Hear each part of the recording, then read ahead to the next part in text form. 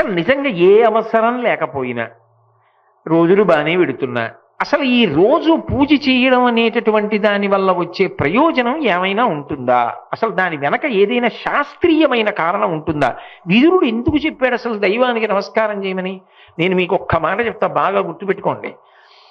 ఎవరు పూజ చేస్తున్నాడో వాడు లోకము చేత పూజింపబడతాడు. నేనన్న మాట బాగా పట్టుకున్నారా? ఎవరు పూజ చేస్తాడో వాడు లోకము చేత పూజ అందుకుంటాడు. మీకు నేను ఒక్క మాట చెప్తాను చూడండి. చాలా మంది ఏమనుకుంటారంటే, నాకన్నా ఆయన ఏ పాటండి అండం గొప్ప అనుకుంటారు, ఆయనకన్నా నేనే గొప్ప అనుకోవడంలో గొప్పతనం ఉందనుకుంటారు. కానీ కాదు. అసలు ఏ స్థానానికి ఇవ్వవలసిన గౌరవాన్ని ఆ స్థానానికి ఇవ్వడంలోనే నిజమైన గౌరవం ఉంటుంది మనిషికి. ఎంత గౌరవనీయుడండి, ఎంత గౌరవంగా మాట్లాడతాడండి ఆయన. అంత స్థితికి వెళ్ళిపోయిన వాడైనా, అంత బాగా పని చేయగలిగిన వాడైనా, అన్ని తెలుసున్నవాడైనా ఎంత మర్యాదగా ప్రవర్తిస్తాడండి ఆయన. అనిపించుకోవడం గౌరవం. ఆయన అన్ని విషయాలు తెలిసిన్నవాడే కానండి, మన తప్పులు పట్టుకోవడానికి ప్రయత్నిస్తుంటాడు. ఎప్పుడు మీకు తెలియదని నిరూపించడానికి ప్రయత్నిస్తాడు. అప్పుడు అధికారులు ప్రేమ చూపించరు. తన విద్వత్తు తనని పాడు చేయడానికి పనికొస్తుంది. అలా ఉండకూడదు. మనిషి ఏ స్థానమునందున్నాడో ఆ స్థానమునకు కట్టుబడి బ్రతకడం రావాలి. అందుకే విదురుడు అంటున్నాడు, జీవితంలో గౌరవం ఇవ్వడం అన్నప్పుడు మొట్టమొదట ఎవరికి గౌరవం ఇవ్వడం రావాలి? నీ పై అధికారిని గౌరవించడం నువ్వు నేర్చుకో. అది చాలా చాలా గొప్ప విషయం. అసలు నిజంగా ఇవన్నీ ఎక్కడ చెప్పవలసినవి? ఆఫీస్ మేనేజ్మెంటు, ఇండక్షన్ కోర్సెస్, పెద్ద పెద్ద పేర్లేవో పెట్టి పిలుస్తుంటారే, అక్కడ విదురుడు చెప్తున్నవన్నీ చెప్పాలి. మన దురదృష్టం ఏమిటంటే విదురుడు చెప్పినవి చెప్పకూడదని అనుకుంటున్నారు. కానీ విదురుడు చెప్పినవి చెప్తే ఎవరు ఎక్కడ ఎలా ఉండాలో అలా ఉండి అన్ని కార్యాలయాలు బాగుంటాయి, సంతోషంగా ఉంటారు అందరూ. తండ్రిని గౌరవించడండి కొడుకు. అందువల్ల కొడుక్కి తక్కువ వచ్చిందా? కొడుకు చాలా చాలా గొప్పవాడు. తండ్రి డిగ్రీ చదువుకున్నాడు, కొడుకు ఐఏఎస్ చదువుకున్నాడు. అయినా నాన్నగారి కన్నా నేను ఇప్పుడు ఐఏఎస్ చదివాను కాబట్టి ఒరే నాన్న ఇలారా అంటాడా? అనడగా. నాన్నగారండి మీ అనుగ్రహం అండి నేను ఇవాళ ఈ స్థాయికి వెళ్ళాను అని నాన్నగారండి తాను ఎంత పెరిగాడో అంత ఎక్కువ గౌరవం నాన్నగారికి ఇస్తున్నాడు. నువ్వు ఎంత పెరిగావో అంత గౌరవం అధికారికి ఎందుకు ఇవ్వలేకపోతున్నావు? అది రాకపోతే మనిషి జీవితంలో ఏదో తేడా వచ్చేసిందని గుర్తు. అది నిద్రాణంగా కనపడకుండా అహంకారం ప్రవేశించిందని గుర్తు. మీరు ఎందుకంటే ఒక్కటి ఆలోచించండి, మనిషి తప్ప భూతకోటిలో అన్ని ప్రాణులకు రెండు మానసిక భావనలు ఉంటాయి. రెండే. ఒకటి నమ్మిందనుకోండి, అది విశ్వాసాన్ని ప్రకటిస్తుంది. నేను కాస్త పచ్చగడ్డి పట్టుకుని అక్కడ నిలబడి దా అన్నాను అనుకోండి, అలా వెళ్ళిపోతున్న ఎద్దు ఇటు తిరిగి నా దగ్గరికి వస్తుంది. ఎందుకంటే నమ్మింది, వాడు గడ్డి పట్టుకున్నాడు నాకు పెడదాం అనుకుంటున్నాడు అని. అలా ఎద్దు వెళ్ళిపోతుంటే నేను కర్ర పట్టుకుని హాయ్ అన్నాను అనుకోండి, అది పరిగెత్తుకుపోతుంది. ఎందుకంటే దానికి రెండే తెలుసు. ఒకటి నన్ను నమ్మడం తెలుసు, నన్ను చూసి భయపడ్డం తెలుసు. కానీ చాగంటి కోటేశ్వరరావు గారు వచ్చారు, ఎప్పుడు మీరేనా దండ నేనేస్తాను అని గోపాలకృష్ణ గారిని అడగగలదా? అడుగుతుందా దండేస్తానని? పోనీ అది నా మీద నిజంగా లోపల ఏదైనా గౌరవం ఉన్నా కూడా గౌరవ ప్రకటన అది చెయ్యగలదా? నేనున్నాను అనుకోండి, గౌరవనీయులు కనపడితే 2 చేతులు కలిపి నమస్కారం చేయగలను. అది నా జన్మకి ఎంత అదృష్టం మనిషిగా పుట్టినందుకు. నేను వారి పట్ల మీరు అని మర్యాదగా మాట్లాడగలను బహువచనంతో. అలా ఇంకొక ప్రాణి మాట్లాడదు కదా, అది నాకు ఎంత గొప్ప విషయం. భగవంతుడిచ్చిన ఎంత గొప్ప విభూతి ఒకరిని గౌరవించి మాట్లాడడం. అలా గౌరవించడానికి స్థానములు ఉన్నాయి. వాటిని గౌరవించడమే చేత కాకపోతే నువ్వు వేటిని గౌరవించలేవు. అన్నం పెడుతున్న అధికారినే గౌరవించడం చేత కానప్పుడు నువ్వు ఎవరిని గౌరవించగలవు? అందుకే లేచి నిలబడడం, నమస్కారం చెయ్యడం, మర్యాదా పురస్సరంగా మాట్లాడడం, ఇవి ఏవో మనం తక్కువైపోయాము అని అనుకోకూడదు. నిజానికి అవి మనం ఎక్కువ అవ్వడం, జీవితంలో పైమెట్లు ఎక్కడం. మీకు నేను ఒక ఉదాహరణ చెప్తాను. భారతదేశంలో ఎనలేని ప్రఖ్యాతి సంపాదించినటువంటి జాతీయ స్థాయి నాయకులలో ఇప్పటికీ ప్రతిరోజు చాలా మంది చేత గుర్తు తెచ్చుకునేటటువంటి వ్యక్తి, అంత స్థాయికి ఎదిగినటువంటి వ్యక్తి బిఆర్ అంబేద్కర్, భీమరావు అంబేద్కర్. ఆయన పేరు నిజానికి భీమరావు అంబేద్కర్ కాదు, ఆయన పేరు భీమరావు అంతే, అంబేద్కర్ ఆయన పేరులో లేదు. కానీ అంబేద్కర్ నిజానికి ఒక బ్రాహ్మణ ఉపాధ్యాయుడి పేరు. ఆయనకి పాఠం చెప్పినటువంటి ఒక బ్రాహ్మణుడు, ఒక ఉపాధ్యాయుడు. ఆయన చిన్నతనంలో ఈ భీమరావుని చేరదీసి పాఠాలు చెప్పి, ఆయనకి ఇబ్బంది కలిగితే తాను తెచ్చుకున్నటువంటి ఆహారంలో కూడా సగభాగం ఈ పిల్లవాడికి పెట్టి తినమని ప్రోత్సహించి వృద్ధిలోకి తీసుకొచ్చాడు. తీసుకొస్తే బ్యారిస్టర్ అయిన తర్వాత భీమరావు భారతదేశానికి తిరిగొచ్చి, ఒక బ్రాహ్మణుడు ఉపాధ్యాయుడు నా పట్ల ఇంత ప్రేమ చూపించి నా వృద్ధికి కారణమయ్యాడు. నేను నోటితో చెప్పుకోవడం కాదు, నా పేరు పెట్టి పిలిచినప్పుడు భీమరావు మర్చిపోయినా పర్వాలేదు, అంబేద్కర్ అని నాకు పాఠం చెప్పి అన్నం పెట్టిన గురువు పేరు గుర్తుండిపోవాలని తన పేరులోకి భీమరావు అంబేద్కర్ అని కలుపుకున్నాడు. అది ఆయన కృతజ్ఞతా భావం, అది ఆయన గౌరవం. జీవితాంతం పేరులోకి గురువు గారి పేరు చేర్చుకున్నారు భీమరావు అంబేద్కర్. ఆయనలా బ్రతకడం రావాలి, ఆయనలా గౌరవించడం రావాలి. గౌరవించడం అనేటటువంటి మాట అంత గొప్పది. వాళ్ళందరూ జాతిరత్నాలు. వాళ్ళ జీవితాల్లోంచి నేర్చుకుని మనం కూడా అలా ఒకరిని గౌరవించడం నేర్చుకున్ననాడు మనిషి జీవితానికి ఒక ఉద్ధరణ. అది చేతకాక అయిందానికి కాందానికి ప్రతివాడిలో చీకటి కోణాలే వెతికి అందువల్ల నేను ఈయనకి గౌరవం ఇవ్వక్కర్లేదు అని అడిగితే ఆఖరికి ఈ చీకటంతా నిన్ను కొమ్ముకుంటుందేమో తప్ప అవతల వాళ్ళకి మసి అంటుకోదు. వెతకగలిగిన కన్నుంటే, చూడగలిగిన చూపుంటే ఎక్కడైనా సరే ఒక గొప్ప సుగుణం కనపడుతుంది. ఆ ఒక్క సుగుణాన్ని పట్టుకుని నువ్వు గౌరవించవచ్చు. కాబట్టి ఎవరిని గౌరవించడం నేర్చుకోవాలి జీవితంలో నేర్పుతున్నాడు. మనం గౌరవించడం నేర్చుకున్నాం అనుకోండి, మన పిల్లలకు అలవాటు అవుతుంది. నేను మా ఇంటికో పెద్దవారు వచ్చినప్పుడు గౌరవించాను అనుకోండి, నా కొడుకు అలవాటు అవుతుంది. ఓ, ఇలా నమస్కారం చేయాలా, ఇలా గౌరవించాలా. మీరు చూడండి, మీరు కొన్ని ఇళ్ళకి వెళ్ళండి, పిల్లలు అప్రయత్నంగా ఎవరూ చెప్పకుండా వచ్చి వంగి నమస్కారం చేసి పెడతారు. అదేదో యువతలవాడి గొప్ప కోసం కాదు. ఆ పిల్లలు ఆ వయసులో ఒకరు చెప్పకుండా వచ్చి నమస్కారం చేసి గౌరవంగా చేతులు కట్టుకు నిలబడి అడిగిన దానికి స్పష్టంగా చక్కగా జవాబు చెప్పి ఇంకా ఎక్కువసేపు నిలబడకుండా వెళ్ళిపోతుంటారు. అంటే ఆ ఇంట పెద్దలు నేర్పిన నడవడి, పెద్దల నడవడి ఎలా ఉంటుందో పిల్లల యొక్క నడవడి అలా ఉంటుంది. నేను మా ఇంటికి వచ్చిన వాళ్ళందరినీ విమర్శించాను అనుకోండి, ఇంటికి వచ్చినప్పుడు బాగా మాట్లాడి వెళ్ళిపోగానే తిడుతున్నాను అనుకోండి, నా కొడుకు అదే అలవాటు అవుతుంది. నాన్నగారు అలా అంటారు కానీ నిజంగా గౌరవం ఏం కాదు అని పెళ్ళవగానే మా ఇంటికి కోడలు రాగానే ఏమంటాడు, నాన్నగారు ఇంటికి వచ్చిన వాళ్ళని అలా పొగిడి మాట్లాడుతుంటే నువ్వు అదంతా ఉత్తినే నిజంగా గౌరవం అనుకునేవు, ఆయన వెళ్ళిపోయిన తర్వాత చూడు మా నాన్నగారు ఎలా చెప్తారు ఆయన గురించి అంటాడు. అని ఏమంటాడంటే, కొన్నాళ్ళు పోయిన తర్వాత నేనేం అనలేదు అనుకోండి, ఏం నాన్నగారు ఆయన గురించి మీరు ఏం చెప్పలేదు ఇంకాను అంటాడు. అప్పుడు వాడా నేనా పాడైపోయింది, ఏం ఆదర్శంగా బ్రతికినట్టు. నేను ఎందుకు పొగిడానో దానికి ఆయన వెళ్ళిపోయిన తర్వాత కూడా కట్టుబడాలి. మహానుభావుడు రా, మన కుటుంబానికి ఎంత ఉపకారం చేసిన వారో తెలుసా. ఆయన కనపడితే నువ్వు గౌరవం ఇవ్వాలరా, నేను కాదు, నువ్వు ఆయనకి నమస్కారం చెయ్యాలి అని నేను నేర్పాను అనుకోండి, ఇంటి గౌరవం నిలబడుతుంది. నాకు రానిది నా బిడ్డలకు ఎలా వస్తుంది? గౌరవించడం అనేటటువంటిది వ్యక్తి స్థాయి నుండి కుటుంబం వరకు ఆ సంస్కారాన్ని పెంపొందింపచేస్తుంది. జీవితంలో గౌరవించడం నేర్చుకో. అందులో నీ బుద్ధికి స్వచ్ఛందంగా ఇక మళ్ళీ ఇది నేను గౌరవించనా గౌరవించవద్దా అన్న మాటతో సంబంధం లేకుండా నువ్వు గౌరవించి తీరవలసినవి కొన్ని ఉన్నాయి. అవి ఏవి అంటే, మొట్టమొదటిది ఎవరిని చెప్పారంటే, ఏలినవాణిని. నీ కంటి ముందు కనపడుతున్న నీ దైవం ఎవరు అంటే, నీకు అన్నం పెడుతున్నటువంటి నీ అధికారియే, నీ ప్రభువే.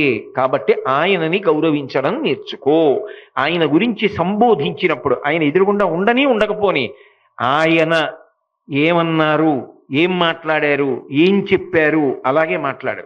అంతేగాని ఎదురుగుండా లేరు కదా అని ఏం చెప్పాడు, ఏమన్నాడు అలాగే అంటాడు అనకు. నువ్వు అలవాటు చేసుకున్నది నీ పిల్లలకు ఎలా అబ్బిందో, నువ్వు ఒక అధికార స్థాయిలో కూర్చుని ఎలా మాట్లాడుతున్నావో అది నీ కింద సిబ్బందికి అలవాటు. అక్కడతో పోదు, అదొక అంటువ్యాధి. అది ఏమవుతుందంటే కింద వాళ్ళకి అదే అలవాటైపోతుంది. అలవాటైపోయి రేపొద్దున్న నిన్నంటాడు, నీ కిందేగా పనిచేస్తున్నాడు, నువ్వు అలా వెళ్ళగానే వాడికి ఏం తెలుసు అండి అంటాడు. అది నీ చెవిన పడితే నువ్వు ఎంత బాధపడతావు? నీకే ఎటువంటిది బాధో నీ పై అధికారి బాధ అటువంటిది కదా. గౌరవించడం అన్నది మొదట అక్కడ నేర్చుకో. ఏలిన వానిని దైవము భగవంతుడు, ఆయనని భక్తితో నమస్కరించడం, గౌరవించడం నేర్చుకో. ఏలినవాడు అంటే ఎదురుగుండా ఉన్నాడు, ఎవరో ఒక ఆయన కనబడుతున్నాడు, ఆ కుర్చీలో ఎవరు కూర్చుంటే ఆయన్ని గౌరవిస్తున్నావు, బాగుంది, అక్కడ వరకు సరే. భగవంతుడు నువ్వు చూసావా? చూడకుండా ఎలా గౌరవిస్తావు? ఎదురుగుండా ఉన్నాడు, అన్నం పెట్టాడు, గౌరవించావు. భగవంతుడు నాకు ఎప్పుడన్నా కనబడ్డా? ఇదిగో అయ్యా కోటేశ్వరరావు ఇది తీసుకో అని చెప్పాడా? ఎప్పుడు చెప్పలేదుగా, నేను చూడలేదుగా, నేను ఎలా గౌరవించను ఆయన్ని అంటావా? లోకంలో ఏదైనా ఒక గొప్ప వస్తువుని చూస్తే యజమాని అడుగుతున్నావా నువ్వు? అది ఉంటుందా ఉండదా? నేను అలా వెళ్ళిపోతున్నాను అనుకోండి, గొప్ప భవనం కనపడింది నాకు, నేను ఆగి ఆ భవనం వంక చూసి, ఏదో కొత్త ఊరు అనుకోండి, ఆ భవనం వంక చూసి అబ్బా ఎంత బాగా కట్టారండి, ఎవరిది ఈ భవనం అని అడుగుతానా? ఇప్పుడు ఫలానా పుల్లారావు గారిదండి అంటారు కదా. నేను ఏదైనా ఒక గొప్ప వస్తువుని చూస్తే దీని యజమాని ఎవరు అని అడుగుతున్నానా? మరి ఈ లోపల నిత్తురు ఉంది, కొద్దిగా పైకి వచ్చిందనుకోండి, ఎన్ని ఈగలు వాళ్తాయో, ఎంత పుండు చేస్తాయో, లోపల ఎంత భయంకరంగా ఉంటుంది. రక్తము, మాంసము, కొవ్వు, అస్థి, శుక్ల, మేధ, ఇన్ని భయంకర పదార్థములతో ఉన్న శరీరాన్ని ఇంత అందంగా కప్పి తయారు చేసిన వాడు ఒకడు లేకపోతే ఇది ఎలా తయారైంది? నేనేం మీటర్ చర్మం అడిగి తెచ్చానా? నాకు 3 నెలలప్పుడున్న చర్మం 55 ఏళ్ళు దాటిపోయిన తర్వాత కూడా చర్మం 6 అడుగులు పొడుగు పెరిగిపోయినా కూడా సరిపోతోందా? సాగదీస్తే చిరిగిపోవాలిగా. మరి ఎవడు దీన్ని ఇలా నిర్మాణం చేసినవాడు? ఎవడా చెట్టుకి ఆకులు అంత పొందికగా తొడిగినవాడు? ఎవడు ఈ భూమిని నిరంతరం తిప్పుతున్నవాడు? ఎవడు గాలి వేసేట్టుగా చేస్తున్నవాడు? ఎవడు ఆకాశంలో ఉన్న నక్షత్రాలు నేల మీద పడిపోకుండా నిలబెడుతున్నవాడు? ఎవడు ఖచ్చితంగా సూర్యోదయ సూర్యాస్తమయాలు అయ్యేటట్టుగా చేస్తున్నవాడు? ఎవడు చీకటి పడ్డాక నిద్ర పట్టేటట్టుగా చేసి నిద్రాకాలంలో ఇంద్రియములకు బడలిక తీరేటట్టుగా చేస్తున్నవాడు? నాలుక మీద రుచి కోసం తిని విడిచిపెట్టిన పదార్థాన్ని కడుపులో జీర్ణం చేస్తున్నవాడెవరు? 1,000,000 మంది వైద్యులున్నా కూడా ఆయన ఊపిరి ఆగిపోవాలని నిర్ణయం చేస్తే ఇంకొక ఊపిరి తీయలేక ఆగిపోయేటట్టుగా చేస్తున్నవాడెవరు? వాడు నీ కంటికి కనపడకపోవచ్చు, కానీ ఒకడు లేకుండా ఇవన్నీ మాత్రం జరిగే అవకాశం లేవుగా. వాడు నీ కంటికి కనపడనంత మాత్రం చేత వాడు లేడని నువ్వు అనగలవా? ఈ దేశాన్నంతటినీ కూడా నిర్వహిస్తున్నటువంటి ఒక పెద్ద ఆయన ఉన్నాడు, ప్రధానమంత్రి. ఈ దేశాన్నంతటినీ పరిపాలిస్తున్నవాడు ఒక ఆయన ఉన్నాడు, రాష్ట్రపతి. ఆయన్ని నేను ఎప్పుడూ ఈ కంటితో చూడలేదు. నేను నిజంగా మోదీ గారిని ఎప్పుడూ ఈ కంటితో నేను చూడలేదు. భౌతికంగా టీవీల్లో చూడడం కాదు, నేను ఎదురుగుండా ఆయన్ని ఎప్పుడు చూడలేదు. ఇంకా రాష్ట్రపతి గారిని చూశాను, ఈ మధ్యనే భీమవరం సభలో చూశాను, కానీ నేను ఎప్పుడూ ప్రధానమంత్రి గారిని చూడలేదు. ప్రధానమంత్రి గారిని ఈ కంటితో చూడకపోయినా ఆయన పేరెత్తేటప్పటికే ఆయన అహర్నిశలు కష్టపడితే కదా మనందరం క్షేమంగా ఉంటున్నాం అని ఒక గౌరవభావం ప్రకటించానా? నేను చూడకపోయినా ప్రధానమంత్రి ఉన్నారు, ఆయన దేశాన్నంతటినీ పరిపాలిస్తున్నారని నమ్ముతున్నానా లేదా? భగవంతుణ్ణి నువ్వు చూడనంత మాత్రం కారణంగా నువ్వు లేడని ఎలా అంటావు? చేస్తున్నవా అన్నీ జరుగుతుంటే చేసినవాడు ఒకడు ఉన్నాడు కదా. నేను ఇంటికి వెళ్ళేటప్పటికి ఎవరో వంట చేసి పెట్టారనుకోండి, నా భార్య ఊరెళ్ళింది, కానీ నేను ఇంటికి వెళ్ళేటప్పటికి అకస్మాత్తుగా అన్ని వడ్డించేసి సిద్ధంగా ఉన్నాయి. ఇదేమిటి? తను ఊళ్ళో లేదుగా, నేను ఇంకా ఇంటికి వచ్చి 4 రొట్టె ముక్కలు వేసుకుని తిని మజ్జిగ తాగి పడుకుందాం అనుకున్నాను, ఎవరు నాకు ఇవన్నీ సిద్ధం చేశారు అని అడుగుతానా లేదా? ఎవరో చేయకుండా అవన్నీ ఎలా సిద్ధపడ్డాయి? ఎవరు ఊపిరి తీయించి విడిచిపెడుతున్నారు? నేను నిద్రపోయినప్పుడు ఎవరు ఊపిరి తీస్తున్నారు? నేను తిన్నది ఎవరు జీర్ణం చేసి తెల్లవారేటప్పటికి ఆ పిప్పి అంతా సిద్ధమై సంవరణీకండరములు సడలిపోయి ఆ మలమంతా వెళ్ళిపోయేటట్టుగా చేసి నా జీవితాన్ని కాపాడుతున్నాడు? ఎవడు నేను చదువుకున్న విషయాలు ధారణలో జ్ఞాపకం ఉండేటట్టుగా అనుగ్రహిస్తున్నాడు? ఎవడు నా ఊపిరిని వాక్కుగా మార్చి నాలోంచి మాట్లాడుతున్నాడు? ఎవరో ఉన్నాడుగా, వాడు లేకుండా ఇది సాధ్యం కాదుగా, వాడు అక్కడ ఉన్నాడుగా, వాడు ఇన్ని ఉపకారాలు చేస్తున్నాడే, చిన్న ఉపకారం చేసిన వాడు కనపడితే నమస్కారం చేయడం నీకు అలవాటైతే ఆ కుర్చీలో కూర్చున్నందుకు ఆయన అన్నం పెడుతున్నాడని నమస్కారం పెడితే ఈ ప్రపంచానికి అంతటికీ అన్నం పెడుతున్నవాడు నీ కంటికి కనపడలేదని నమస్కారం పెట్టకుండా ఎలా ఉండగలవు? పెట్టాలి కదా. అందుకని లేడని నువ్వు తిరస్కరించి మాట్లాడడం కన్నా ఉన్నాడనుకుని నమస్కరించి బ్రతకడంలో ఒక ప్రయోజనము, ఒక క్రమశిక్షణ, నీ జీవితానికి ఒక ఔదార్యము ఏర్పడతాయి కదా. అప్పుడు ఏమవుతుందంటే ఆయన బిడ్డలే మేమందరం అన్నప్పుడు అన్నదమ్ములు అక్క చెల్లెళ్ళు అన్న భావనతో ఒక సమైక్యతాభావం, ఒక కుటుంబంగా బ్రతకగలిగినటువంటి స్థితి ఏర్పడుతుంది కదా. కాబట్టి ఉన్నతమైన ప్రయోజనాన్ని అపేక్షించి భగవంతుడు ఉన్నాడని నమ్మి నమస్కరించడం నేర్చుకో. ఇది విదురవాక్కు. కాబట్టి అయితే మీరు నన్ను ఒక ప్రశ్న వెయ్యొచ్చు, బాగుంది కానండి, ఇది ఏదో అవసరం ఉంది, భగవంతుడిని అడిగారు, కాదనం, బాగుంది. అసలు నిజంగా ఏ అవసరం లేకపోయినా రోజులు బాగానే పెడుతున్నా అసలు ఈ రోజు పూజ చేయడం అనేటటువంటి దాని వల్ల వచ్చే ప్రయోజనం ఏమైనా ఉంటుందా? అసలు దాని వెనక ఏదైనా శాస్త్రీయమైన కారణం ఉంటుందా? విదురుడు ఎందుకు చెప్పాడు అసలు దైవానికి నమస్కారం చేయమని? నేను మీకు ఒక్క మాట చెప్తా, బాగా గుర్తుపెట్టుకోండి. ఎవరు పూజ చేస్తున్నాడో వాడు లోకము చేత పూజింపబడతాడు. నేనన్న మాట బాగా పట్టుకున్నారా? ఎవరు పూజ చేస్తాడో వాడు లోకము చేత పూజ అందుకుంటాడు. అదేమిటండి మీరు అన్న మాట మాకు బాగా అర్థం కాలేదు, మీరు ఏదో అన్నారు బాగుండదని అన్నాం అంతే అంటారా? మీకు వివరణ చేసే ప్రయత్నం చేస్తా. పూజ అంటే ఏమిటి? పొద్దున్నే దేవుడి దగ్గరికి వెళ్ళో దీపం పెడుతున్నా, ఎందుకు? ఎవరు భగవంతుడు?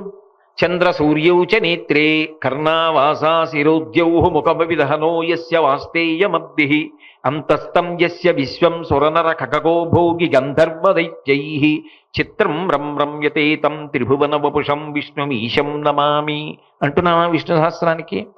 వందే శంభుమమాపతిం సురగురుం వందే జగత్కారణం వందే పన్నగభూషణం మృగధరం వందే పశూనాం పతిం వందే సూర్య శశాంక వన్ని నయనం అంటున్నామా పరమశివుణ్ణి? సూర్యచంద్రులు ఇద్దరూ ఆయనకి కన్నులు. అంటే వెలుగుకు వెలుగు ఆయన. నతత్ర సూర్యోభాతి నచంద్రతారకం నేమా విద్యుతోభాతి కుతోయమగ్ని త్వమేవ భాంతమనుభాతి సర్వం తస్య భాషా సర్వమిదం విభాతి అంది వేదం. భాగవతంలో పోతన గారైతే లోకంబులు లోకేశులు లోకస్తులు తెగిన తుది అలోకంబుకు పెంజీకటి కావల యవ్వండేకృతి వెలుగువతని నేసే వింతున్ అన్నారు. అంతా చీకటైపోయాక కూడా వెలుగుగా నిలబడగలిగిన వాడెవరో వాడే పరమాత్మ. ఆయన స్వరూపమే వెలుగు. మరి వెలుగులకు వెలుగైన వాడికి ఈ దీపం ఎందుకు? ఏమిటి దీపం పెట్టకపోతే ఏమవుతుంది? ఆయనకి కనపడదా మనకు కనపడదా? పోనీ తెల్లవారుదావునో చీకట్లోనో పూజ చేసావు, దీపం పెట్టావు, నీకు ఉపయోగం ఏమో, ఆయనకు ఎవడొచ్చి చేస్తున్నాడో ఆయన కనిపెట్టడానికి బాగుంటుందేమో అనుకో. పొద్దున్న 10ంటికి సత్యనారాయణ వ్రతం చేస్తుంటే ముందు దీపం ఎందుకండి? ఏమిటి దానివల్ల ఉపయోగం? అంటే కేవలం దీపం వెలిగించడం కాదు. దీపం ఎందుకు వెలిగిస్తారంటే, ఈశ్వర నువ్వు ఈ కంటికి వెలుగిచ్చావు, ఈ కంటి వెలుతురులో నా భార్యని చూస్తున్నా, బిడ్డల్ని చూస్తున్నా, మనవల్ని చూస్తున్నా, పర్వతాలు చూస్తున్నా, జలపాతాలు చూస్తున్నా, చెట్లు చూస్తున్నా, స్నేహితుల్ని చూస్తున్నా, మనవల్ని చూస్తున్నా, దేవాలయాన్ని చూస్తున్నా, ధ్వజస్తంభాన్ని చూస్తున్నా, ఎంత సంతోషపడుతున్నాను. ఇన్ని సుఖాలకి కారణం నువ్వు కంటికి ఇచ్చిన వెలుగు కదూ. నువ్వు ఇంత వెలుగు నా కంటికి పెట్టి ఇన్ని సుఖాలు అనుభవించడానికి నన్ను కారణం చేశావు. కాబట్టి నీకు నేను కృతజ్ఞతగా, నీకు నేను మళ్ళీ కృతజ్ఞత చెప్పడానికి ఏ వెలుగు నా కంటికి ఇచ్చి నాకు ఇన్ని సుఖాలు ఇచ్చావో ఆ వెలుగుకు ప్రత్యామ్నాయంగా ఒక దీపం పెట్టి కృతజ్ఞత చెప్తున్నాను. ఆ భావన ప్రధానం. అంతేగాని నూనెయ్యనా, నెయ్యైనా, 3 ఒత్తులైనా, 2 ఒత్తులైనా, 5 ఒత్తులైనా, ఇటు తిప్పనా అటు తిప్పనా ఎన్నాళ్ళు మాట్లాడతావు? అది ఎన్నాళ్ళు కర్మ దగ్గర ఆగిపోతావు? కర్మత జడం అంటారు ఉపదేశసారంలో రమణ మహర్షి. మంచిదే, మొదట తెలుసుకో. ఏదో సాధ్యం త్రివర్తి సంయుక్తం 3 ఒత్తులను అందులోనే చెప్పారుగా. ఇంకా ఎవరైనా ఎప్పుడైనా ఏమంటే మీకు ఏమైనా అడుగుతారా అడగండి. అంటే దీపంలో ఎన్ని ఒత్తులు వేయాలండి? బతికున్నంత కాలం అదే. ఇంకా ఏం పొయ్యొచ్చండి? ఎటు తిప్పి పెట్టాలండి? అసలు ఎందుకు పెడుతున్నావు తెలుసుకో. కృతజ్ఞత చెప్పడానికి పెడుతున్నావు. బ్రహ్మగ్నే చ సురాపే చ చౌరే భగ్నవ్రతే దదా నిష్కృతిర్విహితా సిద్భి కృతజ్ఞో నాస్తి నిష్కృతి అంటారు కిష్కింధకాండలో లక్ష్మణస్వామి రాముడితో మాట్లాడుతూ. ఎవరికైనా నిష్కృతి ఉందేమో కానీ ఉపకారం పొంది కృతజ్ఞత చెప్పని వాడికి నిష్కృతి లేదు. అయినప్పుడు భగవంతుడు ఈ కంటికి వెలుగిచ్చాడు, ఆయన ఉన్నాడు, ఈ కంటిని పెట్టినవాడు వాడు, ఆయన లేకుండా ఈ కన్ను రాదుగా. నేను ఇంటికి వెళ్ళేటప్పటికి చపాతీ ఉంటే ఖచ్చితంగా ఎవరో పెట్టారుగా, నా భార్య ఊళ్ళో లేకపోతే. అలా ఈ కన్ను పెట్టినవాడు ఒకడు ఉండాలి కదా. ఈ కన్ను పెట్టినవాడు ఒకడు ఉన్నాడు, వాడిని భగవంతుడు అని నేను పిలుస్తున్నాను. వాడు నాకు రాత్రి బడలిపోతే కన్ను నిద్రాకాలిక సుఖం ఇచ్చేటప్పటికి తెల్లవారేటప్పటికి మళ్ళీ కంటికి శక్తినిచ్చాడు కాబట్టి దీపం పెట్టి కృతజ్ఞత చెప్తున్నా. వాడు నాలుకనిచ్చి నాలుక మీద రసాంకురములు పెట్టాడు. నాలుక మీద ఏదైనా పెట్టగానే రుచి తెలుస్తుంది. అంతేకాదు, వెంటనే నాలుకలోంచి దవడలలోంచి లాలాజనము ఉత్పత్తి అయ్యేటట్టుగా చేశాడు. అందులో జిగురుగా ఉండేటటువంటి మ్యూకస్, టైలిన్ అనబడేటటువంటి 2 పదార్థములు ఉత్పాదనమవుతాయి. ఆ మ్యూకస్ ఏం చేస్తుందంటే సూక్ష్మ క్రిములను చంపేస్తుంది. టైలిన్ ఏం చేస్తుందంటే జిగురుగా ఉండి కంఠంలోంచి కడుపులోకి పదార్థం జారిపోవడానికి ఉపకారం చేస్తోంది. ఇవన్నీ నేను 1/4 కిలో తెచ్చుకుని నోట్లో పోసుకున్నాను. అది అవడంలో ఎవడో ఒకడు తయారు చేస్తున్నాడా వీటన్నింటినీ లోపల? వాడెవరున్నాడో, ఎవడు నాకు రుచి తెలిసేటట్టు చేస్తున్నాడో, నేను తెలియక వేడిది తినేస్తే రసాంకురములు కాలిపోతాయి. మళ్ళీ తెల్లవారేటప్పటికి రసాంకురములు పుడతాయి. కొన్ని లక్షల రసాంకురములు ఉంటాయి నాలుక మీద. అటువంటి వాడికి నేను కృతజ్ఞత చెప్పడానికి పరమ ప్రశాంతమైన స్థితిలో నేను ఈ భావనతో ఉన్నాను కాబట్టి సాత్విక పదార్థాన్ని నైవేద్యం పెడతా. ఓ పటికి బెల్లమో, ఓ పండో, ఓ పాలో, ఓ పలహారమో అక్కడ పెట్టి ఈశ్వర స్వీకరించండి అంటున్నాను. అంటే కృతజ్ఞత. ఇప్పుడు మీరు చెప్పండి, ఈ కృతజ్ఞత ఈశ్వరుడి దగ్గర మొదలైంది, అది కిందకెళ్ళింది. చిన్న ఉపకారం చేశాడు ఎవరో, ఆ ఉపకారం చేసిన ఆయన వచ్చాడు. అదేం పెద్ద ఉపకారం ఏం కాదు లోకం దృష్టిలో, చాలా చిన్న ఉపకారం. కానీ ఆయన ఏం చేస్తాడంటే, ఆయన వచ్చినప్పుడు కొడుకుని పిలిచి, ఒరేయ్ ఎంత ఉపకారం చేశారో తెలుసురా, మొన్న మీ అమ్మ నీ దగ్గరికి వచ్చింది, ఒక్కడనే ఉన్నా, జ్వరం వచ్చింది, చలి, ముసుగు పెట్టుకుని గడగడలాడుతూ పడుకున్నా, లేచి కిందకి వెళ్ళడానికి కూడా ఓపిక లేదు, బయట హోరున వాన, ఆ వానలో మహానుభావుడు వచ్చాడురా, ఎందుకు ఏమండి ఇలా ఉన్నారని చెప్పి అప్పటికప్పుడు ఎవరో తెలిసిన వాళ్ళని పిలిచి కారు ఎక్కించి వైద్యుడి దగ్గరికి తీసుకెళ్ళి, పాపం ఆయన భార్య 2 రోజులు ఇక్కడే పడుకుని వంట చేసి పెట్టి పచ్చం పెట్టి, పాపం ఆవిడ వెళ్ళక వెళ్ళారు, ఏ పని మీద వెళ్ళారో ఆవిడికి చెప్పకండి అని చెప్పి మామూలుగా మాట్లాడండి అని 2 రోజులు అంత జాగ్రత్తగా చూసుకుని జ్వరం తగ్గడానికి ఉపకారం చేశాడు రా అని చెప్తానా కొడుక్కి? చెప్పకపోయినా ఆయన స్వభావం ఉపకారం చేశాడు. కానీ నేను ఆయన ఉపకారం గుర్తు పెట్టుకుని చెప్పాను అనుకోండి, ఇప్పుడు ఆయన ఏమంటాడు? ఏమన్నా ఆయనకి ఇంత చిన్న ఉపకారం చేస్తే అన్ని మాటలు చెప్తారండి బాబోయ్, ఆయనకి ఎంత కృతజ్ఞతో అని 10 మంది నా పట్ల గౌరవం పెంచుకుంటారా పెంచుకోరా? అంటే అందుకోసం చెప్పుకోవడం కాదు, ఎవడికి కృతజ్ఞత ఉన్నదో వాణ్ణి లోకం నమ్మి గౌరవిస్తుందా గౌరవించదా? అయినప్పుడు భగవంతుడికి పూజ చేయడం అంటే కృతజ్ఞతావిష్కారం అయితే, కృతజ్ఞత కలిగిన వాడిని లోకం పూజిస్తుందని పూజించిన వాడు పూజింపబడతాడని నేనంటే తప్పెందుకైంది? పూజ చేసిన వాడు పూజలు అందుకుంటాడన్న మాట నేను చెప్పింది యథార్థమా కాదా? యథార్థమేగా. కాబట్టి ఇది నీకు సద్గుణముగా ప్రవర్తించాలి అంటే నువ్వు భగవంతుణ్ణి పూజించడం నీకు రావాలి. ఆ తర్వాత ఎవరు చిన్న ఉపకారం చేసినా వాళ్ళ పట్ల నీకు మర్యాదతో కృతజ్ఞతతో గౌరవించడం అలవాటవుతుంది. దానివల్ల ఏమవుతుంది? 10 మంది చేత నువ్వు గౌరవింపబడతావు, ఆ గుణము నిలబడుతుంది, అది నీ పిల్లలకు అబ్బుతుంది. ఎక్కడ ఎవరు చిన్న ఉపకారం చేసినా గౌరవంగా మాట్లాడడం, అపకారం చేసినా మరిచిపోవడం, ఇవి అలవాటయ్యాయనుకోండి. ఉపకారికనుపకారము విపరీతము కాదు చేయ వివరింపంగా, అపకారికనుపకారము నెపమెన్నక చేయువాడు నెర్పరి సుమతి. ఇది మనకి సనాతన ధర్మం నేర్పినటువంటి గొప్ప విశేషం. అది చెప్తున్నాడు విదురుడు. కాబట్టి దైవాన్ని పూజించడం నేర్చుకో.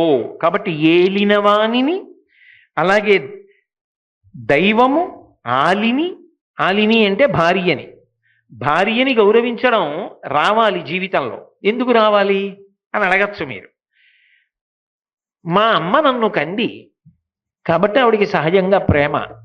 మా నాన్నగారు ఆయన తేజస్సు కదూ నేను నా పుట్టుకకి కారణం, అందుకని ఆయనకి నేనంటే ప్రేమ. దానికి ఒక కారణం ఉంది. నాతో కలిసి పుట్టారు అన్నదమ్ములు, నాతో కలిసి పుట్టారు అక్క చెల్లెళ్ళు, ఒక అనుబంధం ఉంది. మేమందరం ఒక్క తీగ పువ్వులం, ఒక్క చెట్టు కాయలం, ఒక్క చెట్టు పళ్ళం.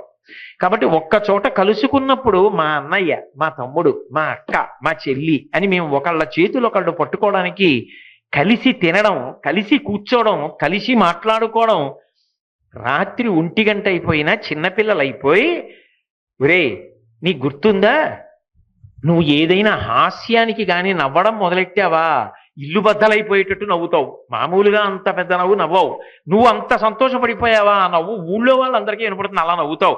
ఓసారి నీకు గుర్తుందా మనందరం కలిసి ఓ చలనచిత్రానికి వెడితే, అయ్య బాబోయ్ నువ్వు నవ్విన నవ్వుకి అందరూ వెనక్కి తిరిగి నిన్నే చూశారు అని గుర్తు తెచ్చుకుని అన్నదమ్ములు అక్క చెల్లెళ్ళు అందరూ కూర్చుని మళ్ళీ అది తెలుసుకుని నవ్వుకుంటూ రాత్రి 1 గంట 2 అయిపోతే భార్య వచ్చి ఇంకా పడుకుందరు, రేపు మాట్లాడుకుందరు కానీ అందా ఓ అనుబంధం ఉందా? ఒక తీగ పువ్వులు కాబట్టి, ఒక చెట్టు కాయలు కాబట్టి అనుబంధం ఉంది. భార్య ఎవరు? ఆమె నాతో కలిసి పుట్టిందా, నాతో కలిసి పెరిగిందా, నాతో కలిసి చదువుకుందా? ఎక్కడో పుట్టింది, ఏ ఊళ్ళోనో. నేను ఓ జిల్లా వాడిని అయితే ఆమె ఇంకో జిల్లాకి చెందిన పిల్ల. అసలు ఆ అమ్మాయి ఎవరో నాకు తెలియదు. ఆ అమ్మాయికి కొంత వయసు వచ్చేసింది, నాకు కొంత వయసు వచ్చేసింది. ఆ అమ్మాయికి ఏదో ఒక పదార్థం తినడం ఇష్టం, నాకేదో ఒక పదార్థం తినడం ఇష్టం. కానీ ఈయన భర్త అని నేను ఆమె మెడలో 3 ముళ్ళు వేయగానే ఆమె తన ఇంటి పేరు వదిలేసింది, వంశం వదిలేసింది, తన ఊరు వదిలేసింది, తల్లిదండ్రుల్ని వదిలిపెట్టేసింది, తోబుట్టువులను వదిలిపెట్టేసింది, స్నేహితులను వదిలిపెట్టేసింది. ఆయన ఎవరో తెలియదు, తాళి కట్టాడు, ఆయన తోడిదే జీవితమని చిటికిన వేలు పట్టుకుని ఊరు కాని ఊరు వచ్చేసింది. ఆ అమ్మాయిని సుఖపెట్టడమే నీకు చేత కాకపోతే, ఆ అమ్మాయి కిలకిలా నవ్వేటట్టుగా పలకరించడమే నీకు చేత కాకపోతే, ఇక నువ్వు ఎవరిని సుఖపెట్టగలవు జీవితంలో? ఇంతకన్నా త్యాగం చేసి నీతో వచ్చేవాళ్ళు ఎవరైనా ఉంటారా? ఎవరు ఉండరుగా. నీ తేజస్సును ఆమె పొంది నువ్వు తండ్రి అవ్వాలి, నీ వంశం నిలబడాలని ఆమె మరణ సదృశమైన వేదనను పొందింది. ఎంత నిత్తురుపోయిందో. ఆమె బ్రతుకుతుందో బ్రతకదో కానీ నవ్వుతూ వెళ్ళిపోయింది వైద్యశాలలోకి. వెళ్ళిపోయి క్యారమని బిడ్డ ఏడవగానే ఆయన తండ్రి అయ్యారని ఆనందపడిపోయింది. అమ్మా అమ్మా అని పిల్లవాడు తిరుగుతుంటే, నీకు నాకు కూడా రక్షకుడు ఆయనరా, నన్ను అమ్మ నువ్వు అను, ఆయన్ని నాన్నగారు మీరు అను అని నాన్నగారిని పరిచయం చేసింది. అంత ఉదాత్తురలే జీవితంలో ఆయన చేతిలో నేను వెళ్ళిపోవాలి అనగలిగిన మనిషి కదా. నీ కోసం అహరహం పరితపించిపోతుంది. అటువంటి వ్యక్తినే నువ్వు నమ్మలేకపోతే, అటువంటి వ్యక్తిని ప్రేమతో గౌరవించడం నీకు చేత కాకపోతే, ఆమెని సంతోషపెట్టేలా నేను మాట్లాడలేకపోతే ఎలా? ఎంత గొప్పవాడైనా భార్య దగ్గరికి వెళ్ళేటప్పటికి మాత్రం ఆమె సంతోషించేటట్టుగా మాట్లాడాలి, ఆమె నవ్వేటట్టుగా చూసుకోవాలి. ఆయనకి నేను భార్యని అని ఆమె సంతోషపడేటట్టుగా భర్త ప్రవర్తించాలి. ఆ ప్రేమ, ఆమె త్యాగం నీకు జ్ఞాపకం లేకపోతే, కేవలం నువ్వు ఎంతసేపు శాసకుడివి, ఆమె నిన్ను అనువర్తించాలంతే.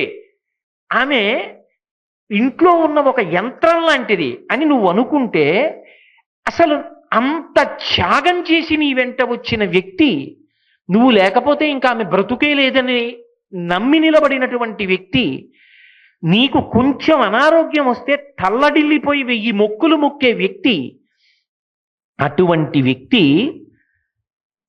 నీ వలన సంతోషాన్ని పొందలేకపోతే నేను ఎలా నమ్మి నీతో స్నేహం చేయను? ఆమెనే చూడని వాడివి నన్ను చూస్తావా నువ్వు స్నేహితుడిగా? నిన్ను నమ్మి నేను నీతో స్నేహం చేయనా?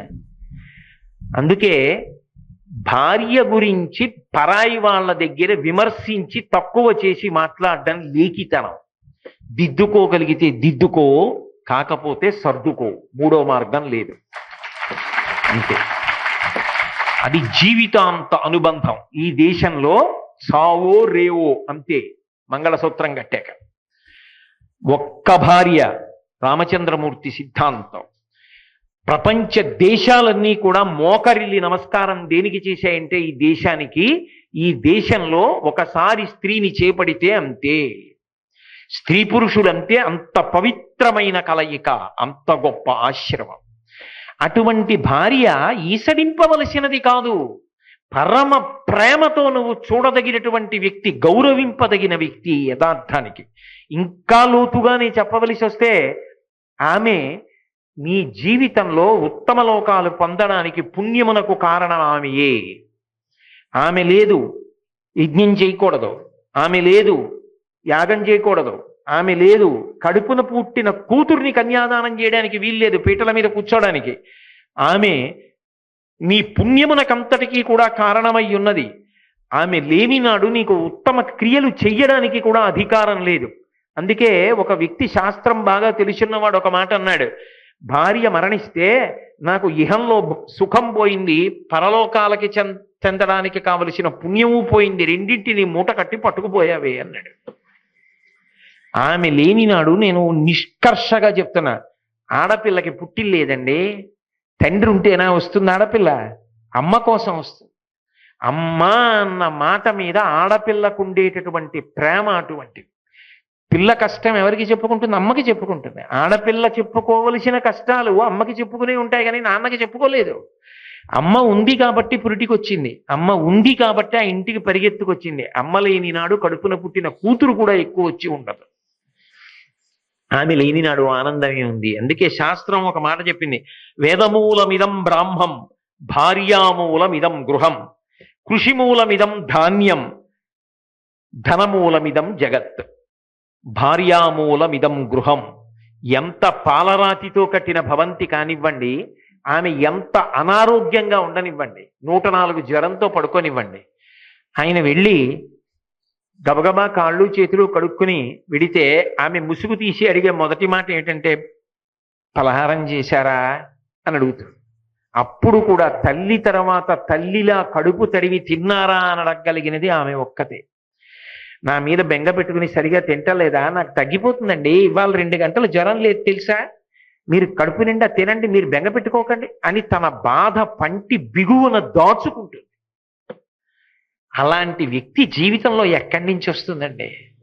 నిజంగా బల్జేపల్లి వారి సత్యహరిశ్చంద్రియని చదువుతుంటే కన్నుల నీరు రాకుండా 5 కాగితాలు చదవలేదు. చంద్రమతీదేవిని హరిశ్చంద్రుడు కత్తిపెట్టి వధించవలసి వచ్చింది ధర్మం కోసం, రాజాజ్ఞ. అప్పుడు భార్య గురించి ఒక మాట అన్నాడు, నీవే కదా నాకు ఇకిలేప్సితంబుల కవగతంబుల నర్చు కల్పతరు, నీవే కదా నాకు నిత్య సత్య యశంబు దరిజేర్చుచుండెడు ధైర్యలక్ష్మి, నీవే కదా ఘోర దావానలము నుండి మమ్ము రక్షించిన మానవతివి, నీవే కదా మౌని రుణబాధ తొలగించి పరువు నిల్పిన ఎట్టి భవ్యమతివి, నీవే నా నిధానంబు, నీవే కావే నా కుల విభూషణంబవు నళిననయన, అమరునే నాకు 1000 జన్మలకునైన నిన్ను వంటి సతీమణి నెలతమిన్న అంటాడు హరిశ్చంద్రుడు. అంటే నీవే కదా నాకు ఈ కిలేప్సితంబుల కవగతంబులు నచ్చు కల్పతరు. అసలు ఈ లోకంలో సుఖం అంటూ ఏమైనా ఉంటే అది భార్య వలన మాత్రమే సాధ్యం. ఎందుచేత అంటే సూక్తులు చెప్పినప్పుడు ఒక మాట చెప్తారు పెద్దవాళ్ళు, అందులో అంటారు, ఏదో మాతా సమన్నాస్తి శరీర పోషణం భార్యా సమన్నాస్తి శరీర తోషణం, చింతా సమన్నాస్తి శరీర ఖేదనం విద్యా సమన్నాస్తి శరీర భూషణం. మాతా సమన్నాస్తి శరీర పోషణం, అమ్మలా ఈ శరీరాన్ని పోషించేవాళ్ళు లేరు. పసితనంలో దీనికి పాలిచ్చి పోషించింది అమ్మ. ఆ అమ్మ లేని నాడు ఈ శరీరం ఎలా నిలబడుతుంది? మాతా సమన్నాస్తి శరీర పోషణం భార్యా సమన్నాస్తి శరీర తోషణం. ప్రేమతో అన్నం పెట్టడం వరకే కాదు, అసలు ఇంటికి వెళ్ళేటప్పటికీ ఆవిడ ఎదురొచ్చారు, రండి వచ్చారా, ఎంత ఆలస్యమైపోయిందో అని తాపత్రయపడి వడ్డిస్తుందే. ఆమె లేని నాడు అందరూ తలుపులేసుకు పడుకుంటే పెద్ద ఆయన రాలేదు వచ్చేదో తింటారు లేని ఆ పలహారం చేసే బల్ల మీద పెట్టి మూత పెట్టేసి కొడుకు కోళ్ళు అందరూ పడుకుండిపోతే తాను ఇంటికి వెళ్ళిన తరువాత ఆ పిలిచే మనిషి లేదనుకోండి, లోపలికి వెళ్ళి ఆ బల్ల మీద ఉన్న పళ్ళెం తీసి కూర్చుని పలహారం చేద్దాం అనుకున్న నాడు ఆమె ప్రేమ జ్ఞాపకానికి వచ్చిన తర్వాత పురుషుడికి భోగమే ఉంది, జీవితమే ఉందండి. ఆమె లేని నాడు శరీరానికి సుఖమే ఉంది. ఆ ఒక్క మాట చాలా, అది దాటి నేను మాట్లాడకూడదు. ధర్మబద్ధమైన కామము గాల, దాని వలన సంతానం ఇవ్వలా ఆమె. కాబట్టి నీవే కదా నాకు ఇకిలేప్సితంబుల కవగతంబులు నర్చు కల్పతరు, నీవే కదా నాకు నిత్య సత్య యశంబు దరిచేర్చుచుండెడి ధైర్యలక్ష్మి. నేను ఒక లక్ష్యాన్ని పెట్టుకుని జీవితంలో పరమ పవిత్రంగా బ్రతకాలని బ్రతుకుతుంటే, కావాలని అసూయ పెట్టుకుని నన్ను ఇబ్బంది పెట్టాలని ఎవరో ప్రయత్నించినా, నా జీవితంలో ఉద్ధాన పతనాలు వచ్చినా, నేను ఒక్కొక్కసారి చతికిల పడిపోయినా ఎందుకండి బెంగ పెట్టుకుంటారు అని భుజం తట్టి నన్ను పైకి లేపి నడిపించిన ధైర్యలక్ష్మి నువ్వు కాదు. నీవే కదా ఘోర దావానలము నుండి మమ్ము రక్షించిన మానవతివి. చంద్రమతి రక్షించింది ఒకప్పుడు ఘోర దావానల నుంచి. అలాగే నీవే కదా మౌని రుణబాధ తొలగించి పరువు నిల్పిన ఎట్టి భవ్యమతివి. నేను యథార్థంగా చెప్తున్నా, ఈ దేశంలో పిల్లలు బాగా చదువుకుంటున్నారంటే మెళ్ళో బంగారం తీసి బెంగ పెట్టుకోకండి, తాకట్టు పెట్టి పిల్లాన్ని చదివించండి అని చదివించినటువంటి తల్లులు ఎంతమంది లేరు. భర్తకి అనారోగ్యం చేస్తే మెళ్ళో ఉన్నటువంటి నగలు తీసి కుదువ పెట్టి భర్తకి శస్త్రచికిత్సలు చేయించిన తల్లులు ఎంతమంది లేరు. భర్తకి అనారోగ్యం చేస్తే తన అందం చెడిపోతుంది, తాను అసహ్యంగా అయిపోతానని తెలిసి కూడా అలాంటి మొక్కచ్చా మొక్కకూడదా అని కూడా ఆలోచించకుండా ఏడుకొండల వాడికి తలనీలాలు కూడా ఇచ్చేసి బోడుగుండుకి గుడ్డ కట్టుకు తిరిగినటువంటి ఉత్తమరాళ్ళైన ఇళ్ళాళ్ళు, ఆర్తి కలిగిన వాళ్ళు ఎంతమంది లేరు. అలా నిజానికి పురుషుడు చెయ్యగలడా? ఏమో చేసే మహాత్ములు ఉండవచ్చు, నేను కాదని ఎందుకు సిద్ధాంతం చేయాలి. అంత గొప్పదే భార్య అంటే. ఆమెని అంత తృణప్రాయంగా ఎలా మాట్లాడగలుగుతున్నావు? చటుక్కుని ఆమెకి విడాకులన్న మాట ఎలా అనగలుగుతున్నావు? ఆమె ఎందు ఏ బలహీనత ఉందో అది కదా నువ్వు ప్రేమించడానికి కారణం కావాలి. నా కడుపున పుట్టిన బిడ్డల్లో ఒకళ్ళకి ఏదైనా చాలా తీవ్రమైన అనారోగ్యం ఉందనుకోండి, అయ్యో బలహీనుడు అని నేను అందుకు కదా ప్రేమిస్తాను. అయినప్పుడు అయ్యో పాపం అమాయకురాలు, దీనికి ఈ బలహీనత ఉందని కదా నేను ప్రేమించాలి. ద్వేషించడానికి ఎందుకు కారణం అది అవ్వాలి? నీ భార్యనే నువ్వు గౌరవించలేని నాడు, నీ భార్యనే నువ్వు ప్రేమించలేని నాడు, నీ భార్య పట్ల ఆ గౌరవం లేని నాడు నువ్వు ఎవరిని గౌరవించగలవు? సమాజంలో ఎలా గౌరవిస్తావు? అదొక్కటి అర్థం చేసుకుని నువ్వు సమన్వయం చేసుకుని నీ పొదివిట చేర్చుకోలేని నాడు నువ్వు ఎవరి లోపాన్ని ఒప్పుకొని నీతో కలిపి చేర్చుకుంటావు. నీతో నేను యామని నమ్మి స్నేహం చేయను. నీ నీడలో నిలబడ్డం నాకు సాధ్యం కాదు. కాబట్టి భార్యామూలమిదం గృహం. ఇంతకన్నా ఏం చెప్పాలండి? ఆ ఒక్క మాట చెప్పాలంటే నేను దేవీ నవరాత్రుల వరకు మాట్లాడాలి. నిజానికి సమస్త కావ్య పురాణములలో వాళ్ళ గౌరవం గురించి మాట్లాడాలి. అది ఈ జాతి గొప్పతనం. భార్య అంటే ఈసడించమని ఏ శాస్త్రంలో చెప్పాల. అంత గౌరవించారు. పరమేశ్వరుడంతటి వాడు దేహార్థ భాగం ఇచ్చాడు, బ్రహ్మగారంతటి వాడు నాలుక మీద పెట్టుకున్నాడు, విష్ణు అంతటి వాడు గుండెల మీద పెట్టుకున్నాడు, నేనెంతటి వాడిని కాదని చెప్పడానికి. కాబట్టి ఏలినవాని దైవము ఆలిని బంధువులను, బంధువులు అంటే ఓ 15 శ్లోకాలు చెప్పాలని వస్తాను, ఒక్క శ్లోకం అవ్వట్లేదు. బంధువులు అంటే అది మన అనుబంధంతో కూడుకున్నది కాదు, భగవంతుడిచ్చిన అనుబంధం. ఇందులో ఒక చమత్కారం ఉంటుంది. పుట్టుకతో కొన్ని బంధాలు వస్తాయి, తర్వాత కొన్ని బంధాలు కలుస్తాయి. వీటిని జార్చుకోకుండా నిలబెట్టుకోవడం నీకు రావాలి. దేనితో ఎలా ఉండాలో ఆ మర్యాద నీకు తెలియాలి. అనుబంధం ఏర్పడడం గొప్ప కాదు, బంధుత్వం ఏర్పడడం గొప్ప కాదు, బంధుత్వాన్ని గౌరవించడం గొప్పది. నేను అన్నమాట మీరు బాగా పట్టుకున్నారో లేదో నాకు తెలియదు. నేను మీకు ఒక ఉదాహరణ చెప్తా. నాకు పుట్టుకతో ఒక బంధం ఉంది మా అమ్మ, ఎందుకంటే నేను ఆమె శరీరంలో భాగం. నిజానికి మా నాన్నగారు ఒక బంధం ఉంది. నాతో కలిసి అదే కడుపులోంచి వచ్చారు మా తమ్ముడు, మా అన్నయ్య, మా చెల్లి, మా అక్క. అది బంధం. ఇంకొంచెం విస్తరించిందనుకోండి, మా నాన్నగారికి తోడబుట్టినవాడు మా పెదనాన్నగారు, పినతండ్రి గారు, మా అమ్మకి తోడబుట్టిన వాళ్ళు పినతల్లి గారు, పెదతల్లి గారు. ఇవి నా ప్రమేయం లేకుండా వచ్చిన బంధుత్వాలు. వీటిని గౌరవించడం నేర్చుకోవాలి. నాకన్నా పెద్దవాడు గౌరవించాలి, నా తండ్రి గౌరవించాలి, నా తల్లి గౌరవించాలి, నా తల్లికి అక్కగారు గౌరవించాలి, నా తల్లికి చెల్లెలు పినతల్లి గౌరవించాలి. ఇవన్నీ గౌరవిస్తూ వెళ్ళడం అలవాటైతే జీవితంలో కొత్తగా బంధాల్ని కలుపుకుని గౌరవించడం నీకు అలవాటు అవుతుంది. ఎందుకని? అప్పుడు కొత్తగా మళ్ళీ ఒక చెల్లి ఒక బావ నీకు వస్తారు. ఎలా వస్తారు?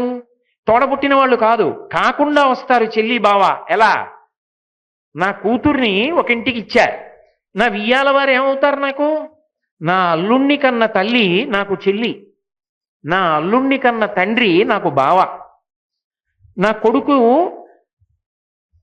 పురుషార్థం కోసం వేరొక ఇంటి పిల్లని కోడలిగా తెచ్చుకున్నా, నా కోడల్ని కన్న తండ్రి నాకు బావగారు, నా కోడల్ని కన్న తల్లి నాకు చెల్లి. నా చెల్లెలు ఇంటికి వెళ్ళాను అనుకోండి, నేను మా అన్నయ్య వచ్చాడు, మా అన్నయ్య వచ్చాడు, మా అన్నయ్య వచ్చాడని పొంగిపోతుంది. మా చెల్లి వంట చేసుకుంటోందని అది వచ్చే వరకు నేను అలాగే ముందు గదిలో కూర్చుంటానా?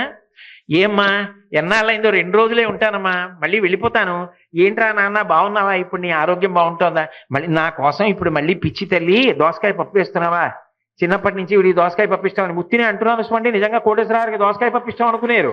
ఏదో ఉదాహరణ చెప్పాలి కాబట్టి చెప్తున్నా, ఓ చెల్లెలి అనుబంధం గురించి చెప్తున్నాను అంతే నేను. అని వంటింట్లోకి వెళ్ళి మాట్లాడుతున్నానా? చెల్లెలు వంటింట్లో పనిచేసుకుంటుంటే వంటింట్లోకి వెళ్ళి మాట్లాడుతున్నా. మా బావగారు కనపడితే బావగారు రండి అని చెప్పి ఎంతకాలం ఇద్దరం కలిసి అనుబంధం, బావగారు రండి అని కూర్చోబెట్టుకుని, బావమరిది అంటే బ్రతక కోరుతాడు. బావగారు మేనల్లుళ్ళు బాగా చదువుకుంటున్నారా, బావగారు ఏమైనా ఇబ్బంది పడుతున్నారా?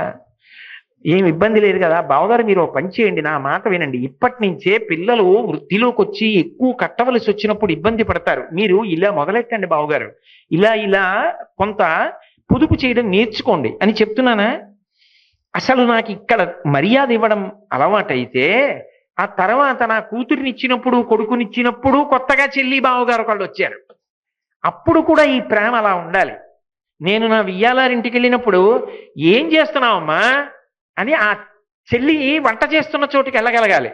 నా వియ్యంకుడు మా ఇంటికి వస్తే ఏం చేస్తున్నావు చెల్లెమ్మా అని నా భార్య వంట చేస్తుంటే వెళ్ళగలగాలి. నా దగ్గర కూర్చోవడం గొప్ప కాదు, ఆ అనుబంధం ముందు నా భార్యతో ఉండాలి, నాకు నా చెల్లి పట్ల ఉండాలి. నా చెల్లి వలన బావగారు, నా భార్య వలన నేను, అనుబంధాలు కలిసాయనుకోండి, అందుకే చెల్లి బావగారు అనిపిస్తారు. అంత ప్రేమతో కలగలిసిపోవాలి. అప్పుడు గౌరవాలు అలవాటు అయ్యాయనుకోండి, ఒకరి కోసం ఒకరు చేయి చేయి పట్టుకుని నిలబడి ఒక్కడి కోసం ఇంతమంది వస్తారు. అసలు ఆ బంధుత్వాన్ని గౌరవించడం రాలేదనుకోండి, నీకు అసలు మొదటే రాలేదు, నా బోటిగడికి రాలేదనుకోండి, అసలు తోడబుట్టిన చెల్లితో అనుబంధం లేదు, తోడబుట్టిన చెల్లితో బావగారితో అనుబంధం లేదు, తోడబుట్టిన తమ్ముడితో అనుబంధం లేదు, మరదలితో అనుబంధం లేదు, కొత్తగా వచ్చిన చెల్లెలితో బావగారితో నాకు ఎలా ఉంటుంది అంటే ఉదాహరణకి చెప్తున్నాను, నిజంగా నాకు అలా లేవని మీరు అనుకోకండి. అది ఎవరైనా ఎక్కడైనా నేర్చుకోవాలి. అది నా మీద ఎందుకు పెట్టుకున్నానంటే మీ మీద పెట్టకూడదు కాబట్టి పెట్టలేదు తప్ప, నేను ఒక్కడిని దోషిని మీరు అనుకుంటున్నారేమో, నేను అలా దోషిని కాను, మీ మర్యాద కోసం నా మీద పెట్టుకున్నానని గుర్తించాలి. ఇది ఒక్క గొప్ప సంతోషం జీవితంలో, భగవంతుడిచ్చిన అపూర్వమైన కానుక. నీకు ఒక చెల్లినిచ్చాడు, ఇప్పుడు ఇంకో చెల్లినిచ్చాడు. అందుకే లోకంలో ఒక సామెత ఉంది, పురుషుడికి వృద్ధాప్యం వచ్చిన తర్వాత గొప్ప కానుకలు 2 ఇస్తాడు ఈశ్వరుడు. ఏమిటా 2 కానుకలు అంటే, అల్లుడితో భోజనం, మనవడితో ఆట. ఈ 2 గొప్ప కానుకలు. ఎందుకని? అల్లుడితో భోజనం చేస్తున్నాడు అనుకోండి, ఆవిడ పాపం పెద్దది అవుతుంది కదండి, ఆవిడికి మరి రుగ్మత ఉంటుంది కదా, ఆయనకి మధుమేహం ఆవిడికి మధుమేహం, అప్పటికే ఇద్దరు 20 ఏళ్ళు వచ్చేసాయి మధుమేహంతో, ఇంకా ముచ్చట్లు కోరికలు, కూరలు తీపి, ఆనపకాయ కూరలో పంచదార వేసి వండితే ఆయనకి ఇష్టమని, చిక్కుడుకాయ కూర బెల్లం వేసి వండితే ఇష్టమని అలా వండి పెడుతుంది. 5వ తరం చూసుకోవద్దు, పెద్దవాడు అవుతున్నాడు, ఆయన ఆరోగ్యం కాపాడుకోవద్దు, వండదు. అల్లుడు వచ్చారనుకోండి, అల్లుడికి చిక్కుడుకాయ బెల్లం పెడితే ఇష్టం, వండుతుంది. అదే సందీనికి, అల్లుడితో కలిసి తింటున్నాడు అనుకోండి, కొంచెం వెయ్యోయ్ అంటాడు, వెయ్యను అని ఎలా అంటుంది, కొంచెం వెయ్యి అంటాడు తలెత్తకుండా, ఇంకో చెంచా వేసి పక్కకెళ్ళి అంటుంది, అటు చూడకుండా తింటుంటాడు. అల్లుడితో భోజనం వృద్ధాప్యంలో ఒక గొప్ప వరం. అంటే ఏమిటి దాని అర్థం? నీ అల్లుడు అప్పుడప్పుడు నీ ఇంటికి రావాలి, అలా కలిసి తినాలి. లేనప్పుడు ఏమందామండి అనుబంధం, ఏం బంధవ్యాలండి అవి? ఎందుకండి అవి దేనికి పనికి వచ్చినట్టు? అల్లుడితో మామగారికి కోపం, మామగారి మీద అల్లుడికి కోపం, అందుకే అలా ఉంటే ఎలా? కొడుకుతో భోజనం కన్నా అల్లుడితో భోజనం గొప్పది. మనవడితో ఆడుకుంటున్నాడు అనుకోండి, వీడు పొట్టలో నోరు పెట్టి గాలి బుర్రని ఊస్తే పక్కపక్క నవ్వుతాడు, నా కొడుకు ఇలాగే నవ్వే, వీడికి మేనమామ పోలిక అని. వాడు ఏదైనా బాగా తీక్షణంగా చదువుతున్నాడు అనుకోండి, పుస్తకాలు అవి అలా చూస్తున్నాడు అనుకోండి, ఓ వీడికి వీళ్ళ నాన్న పోలిక, బాగా చదువుతాడు అనమాట. ఆ పోలికలు చూసుకుని నా పిల్లల చిన్నతనంలో ఇలాగే నడిచొచ్చేవారు, వీడు వస్తూ ఉంటే అంత సంతోషంగా ఉంది. చిన్నప్పుడు నేను పాఠశాలకు వెళ్ళి పిల్లల్ని తీసుకొచ్చేవాడిని. ఇదిగో ఇప్పుడు మనవడి దగ్గరికి వెళ్ళి ఆ గంట కొట్టగానే వాడు పరిగెత్తుకుంటూ తాత అని వచ్చేటప్పటికి రారా మనవడా అని వాడిని ఎత్తుకుని ఇంటికి తీసుకురావడంలో తాతకి ఎంత సంతోషం, ఇంకో 10 ఏళ్ళు బతుకుతాడు. ఈశ్వరుడు ఇంత గొప్ప కానుకలు ఇచ్చాడు, ఇవన్నీ దూరం చేసుకుని ఏవో కారణాలకు బ్రతుకుతానంటే ఆయన ఏం చేస్తాడండి? ఆయనదా తప్పు? అనుబంధములను గౌరవించడం నేర్చుకో, పరమ ప్రేమ పురస్సరంగా కలిసి మెలిసి జీవించడం నేర్చుకో, బంధుత్వములను కాపాడుకో, రక్షించుకో. ఇవి రానినాడు విదురుడు ఒక పెద్ద ప్రశ్న వేసి వదిలిపెట్టాడు. ఆయన అన్నాడు, ఏలినవాని దైవము ఆలిని బంధులను సముచితారాధన సంశీలత ప్రీతుల చేయని పాలసుడా ఫలములాసబడు. అసలు వీళ్ళ నలుగురికి జీవితంలో గౌరవం ఇవ్వడం చేతకానివాడా? జీవితంలో నేను ఈ మర్యాదలు పొందాలి, నాకు ఈ సుఖాలు రావాలి, ఈ ఫలితాలు రావాలని కోరుకోగలిగినటువంటి వివేక భ్రష్టుడు ఎలా పొందుతాడు? వాడికి తన చెల్లితోనే లేదు మమకారం, ఇంకా వియ్యపురాలతో ఏముంటుంది? వాడికి తన బావగారితోనే లేదు, ఇంకా ఆ బావగారితో ఏముంటుంది? కాదు, పుట్టినప్పుడున్న అనుబంధములు తర్వాత పెరిగాయి, పెరిగినవి వరసలు కలిశాయి, కలిసినవి ఇంత పెద్ద కుటుంబం కావాలి. తర్వాత ఇవి భగవంతుడిచ్చినటువంటి బంధాలు, నీ ప్రయత్నంతో కొన్ని బంధాలు రావాలి. ఏమిటవి అంటే, నీకు కొంతమంది స్నేహితులు ఉండాలి, వాళ్ళు నిన్ను చూడకుండా ఉండలేకుండాలి. అందుకే సుహృత్ పిలవకపోయినా వాడి ఇంటికి వెళ్ళాలి. ఆయన కష్టం ఏమిటో నువ్వు ఆలోచించుకోవాలి. అయ్యో పిచ్చాడు, ఇది రాదే నా స్నేహితుడికి, ఎలా బతుకుతాడు రేపు పొద్దున్న? అందుకని ఆయన కోసం నువ్వు అమర్చాలది, నీ కోసం ఆయన తాపత్రయపడాలి. కలిసి మెలిసి బ్రతకాలి, కలిసి మెలిసి తిరగాలి. ఆఖరికి ఆ బంధుత్వం ఎంత గొప్పదవ్వాలంటే, అతను వెళ్ళిపోతే 6 నెలలు కూడా నువ్వు ఉండలేకపోవాలి. అది ఎలా ఉండాలంటే, ముళ్ళపూడి వెంకటరమణ గారు బాపు గారుల అనుబంధంలా ఉండాలి. స్నేహం అంత గొప్పది. అంత గొప్ప స్నేహితుడు ఒక్కడైనా ఉండాలి జీవితంలో. ఎవరండి మీ స్నేహితులు? నాకెవ్వరూ స్నేహితులు లేరు, ఏదో దోషం వస్తుందండి, అలా అనకూడదు. నీ మనసు బరువెక్కినప్పుడు, చీకటి ముసిరిన ఏకాంతములో నువ్వు ఒక స్నేహితుడి ఇంటికి వెళ్ళి ఆయనతో కలిసి కాసేపు మాట్లాడుకుని ఆయన నీ భుజం తట్టి, ఎందుకు బెంగపెట్టుకుంటారు, మేమందరం లేవు అని అనగలిగిన స్నేహితుడు ఒకడుంటే అదే భాగ్యము, అదే స్వర్గము. కాబట్టి అటువంటి స్నేహితులు ఉండాలి. అవి నువ్వు పెట్టుకున్న అనుబంధాలు, ఇవి ఉండాలి.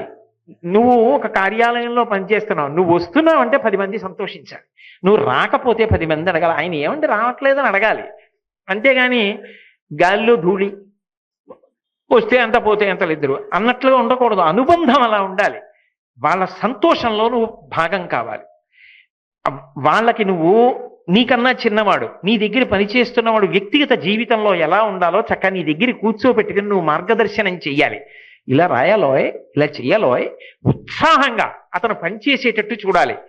ఇలాంటి అధికారి నాకు ఎలా దొరుకుతాడు? మళ్ళీ నా అదృష్టం, ఇటువంటి వాడి దగ్గర పనిచేస్తున్నాను, అమ్మో నేను ఈ దగ్గర నుంచి వెళ్ళిపోవలసి వస్తే అని అతను బెంగ పెట్టుకోవాలి. అటువంటి అనుబంధం ఏర్పరచుకోవాలి. ఎక్కడ కనపడినా, ఎన్నేళ్ళు అయిపోనివ్వండి, అతను చెప్పుకోవాలి, నేనండి ఆయన దగ్గర పనిచేసిన రోజులున్నాయే, నా జన్మలో మర్చిపోలేను, బా తీర్చిదిద్దాడండి, సానపట్టాడు, ఆయన నాకు నేర్పింది మహానుభావుడు అని అతను మురిసిపోవాలి. నువ్వు అతన్ని తలుచుకున్నప్పుడు, ఎంత చక్కగా వినేవాడండి నా దగ్గర, ఎంత బాగా పనిచేసేవాడండి అని నువ్వు మురిసిపోవాలి. అలా ఒక అనుబంధాన్ని ఏర్పాటు చేసుకోవాలి. అది చేసుకోలేకపోతే ఎక్కడికి వెళ్ళినా కృతకంగా ఉంటాయి. ఆ కార్యాలయమే కదండి, సాయంకాలం 5 వరకు ఏమి, ఆ తర్వాత అతను ఎవరో నేను ఎవరో ఏమిటి, ఇవన్నీ అర్థం లేదు. నువ్వు మనిషివి. చక్కగా స్నేహభావన. ఒక చోటికి వెళ్ళావంటే అన్నీ పక్కన పెట్టి అక్కడ అనుబంధం అక్కడ నిర్వర్తించాలి. మిగిలినవన్నీ మర్చిపోవాలి. వాళ్ళ వ్యక్తిగత కష్టాల్లో నువ్వు తోడు కావాలి, వాళ్ళ సుఖాలకి నువ్వు పక్కన నిలబడాలి. ఆయన మాతో కలిసి పనిచేస్తున్నాడు అని వాళ్ళు పొంగిపోవాలి. అక్కడ ఏ భేషజం లేకుండా నువ్వు నిలబడగలగాలి. అలా నిలబడగలిగితే ఆ అనుబంధం, ఆ బాంధవ్యములను నిలబెట్టుకోవడం చేత కానివాడు, అలా సుఖపడలేనివాడు, అది అలవాటు కానివాడు ఎక్కడ సుఖపడతాడు, ఎక్కడ వివేకంతో వృద్ధిలోకి వస్తాడు? రాలేడు.